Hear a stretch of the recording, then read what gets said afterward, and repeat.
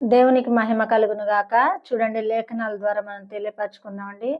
మరి దేవుడేమని చెప్తున్నాడంటే, చూడండి ఎవరైతే ప్రయాస పడుతున్నారో ఆయన సువార్తలో కానీ, ఆయన మాటలో కానీ ఎవరైతే ప్రయాస పడుతున్నారో వారినేం చేస్తానంటున్నాడు దేవుడు, హెచ్చిస్తాను, బలపరుస్తానంటున్నాడండి. చూడండి రాత్రంతా కూడా ఆయన ప్రార్థన చేస్తూ పగలంతా కూడా సువార్త చేస్తున్నట్లుగా లేఖనాలు తెలియపరుస్తున్నాయండి. ప్రభువారు ఎక్కడ కూడా ఖాళీగా లేరండి.